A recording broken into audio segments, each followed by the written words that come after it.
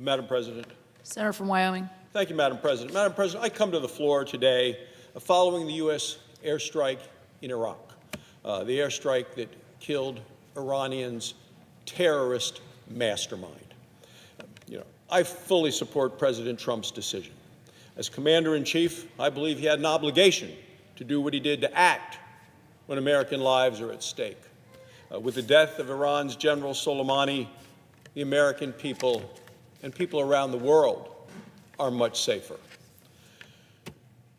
This general was an emboldened, bloodthirsty terrorist. He was a killer. He has the blood of countless people around the world on his hands. In the last 2 months, we've seen 11 attacks on U.S. forces and bases, including the killing of an American citizen. He became bolder. He became more aggressive in both his actions and his ambitions. And he was stepping up his attacks on Americans. In fact, General Soleimani was at war with the United States his entire career. And it was a military career. He was the commander of Iran's terrorist network. We watched in recent months as he personally directed brazen attacks on our embassy and our personnel in Iraq. We knew that more attacks were coming, and so the United States took action. Soleimani's death makes America safer in the long run. Taking out this war criminal will help us avoid war in the future. Let me be clear. I don't want war with Iran. The United States does not want war with Iran. We know that appeasement does not work.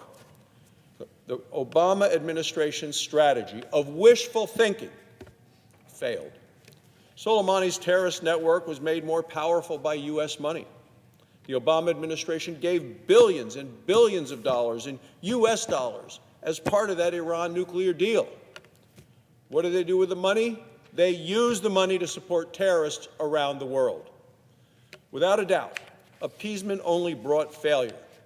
It made Iran stronger, and it hurt the United States and our allies. Madam President, we know that the winning strategy is peace through strength. We knew it through Ronald Reagan, and we know it today. Already, U.S. sanctions on Iran have been crushing and crippling. We must continue President Trump's maximum pressure campaign. Now Iran knows that the United States means what it says. We are prepared for retaliations should they come. This past weekend, Joe Biden actually said, Iran is in the driver's seat. Madam President, Iran is not in the driver's seat. Iran is in the center of the bullseye. U.S. forces will respond. We'll respond to any future attacks on Americans or American safety, and we will do it swiftly and with a punishing response. Now, it would be a grave mistake for Iran to further escalate tensions. Instead, what Iran ought to do is dial down its aggressive nature and posture.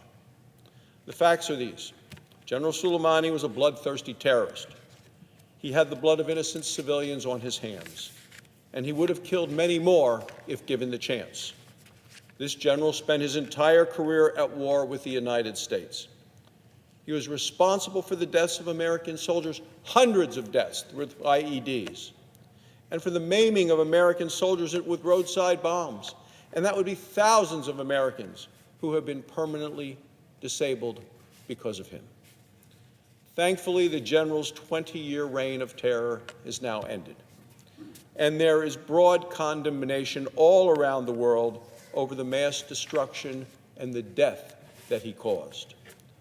It's time now, Madam President, for Iran to take a step back, away from nuclear weapons, away from terrorism, away from aggressions. Come to the table. It's time for them to discuss peace. Thank you, Madam President, and I yield the floor.